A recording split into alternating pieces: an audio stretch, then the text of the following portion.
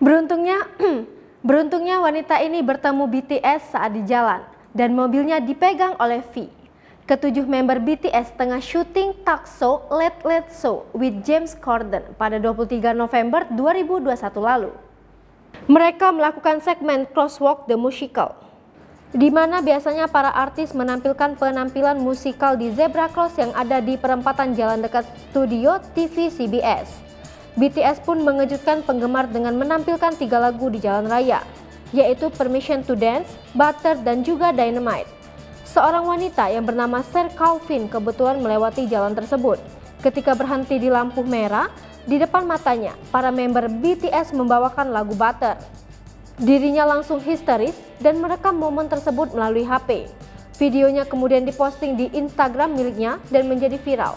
Para penggemar BTS alias ARMY banyak yang cemburu dan juga menyelamatinya. Kini, dirinya mengatakan tidak akan mencuci mobil miliknya.